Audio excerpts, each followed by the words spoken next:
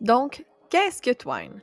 Twine est un logiciel qui est open source, donc il est gratuit et il est modifiable, qui sert à raconter des récits, donc des histoires qui sont interactives et aussi qui ne sont pas linéaires, donc qui nous offrent plusieurs options et on se promène dans l'histoire un peu comme il y a quelques années dans les livres dont vous êtes le héros.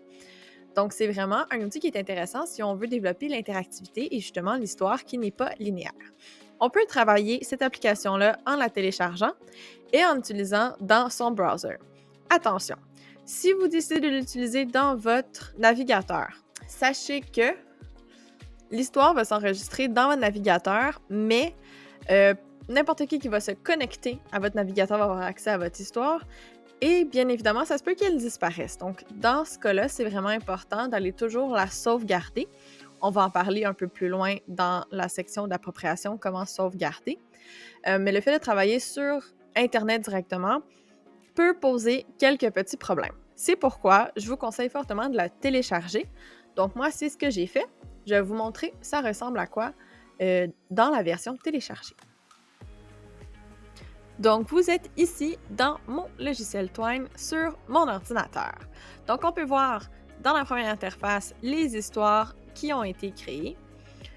On peut venir importer des histoires ou archiver des histoires. Donc, on a les différentes options qui sont en lien avec la construction et l'enregistrement. L'affichage, si vous avez une vingtaine de Twine, c'est bien de pouvoir les trier. Et à propos du logiciel, les différentes préférences, tout ce qui est en lien avec Twine à proprement parler. Dans notre section Histoire, on peut venir créer des nouvelles histoires, on peut modifier celles qui sont sélectionnées actuellement, on peut venir travailler nos balises, on peut renommer les histoires, on peut les dupliquer, on peut aussi les supprimer. Quand vous entrez dans une histoire, l'interface ressemble à ça ici.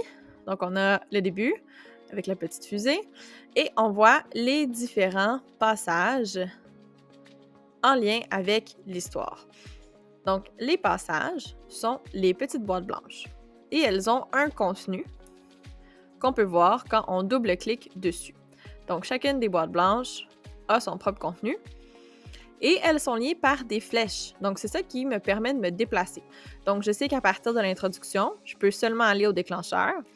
À partir du déclencheur, je peux faire un choix 1 ou un choix 2. Et là, vous voyez, les flèches ont vraiment de part et d'autre, dépendamment des choix qui ont été faits dans les différents passages, donc dans les différentes petites boîtes blanches. Donc, c'est en fait comme ça qu'on va réussir à créer notre récit, qui n'est pas linéaire puisque j'ai plusieurs choix qui sont offerts et que j'ai plusieurs directions dans lesquelles je peux aller en tant que lecteur.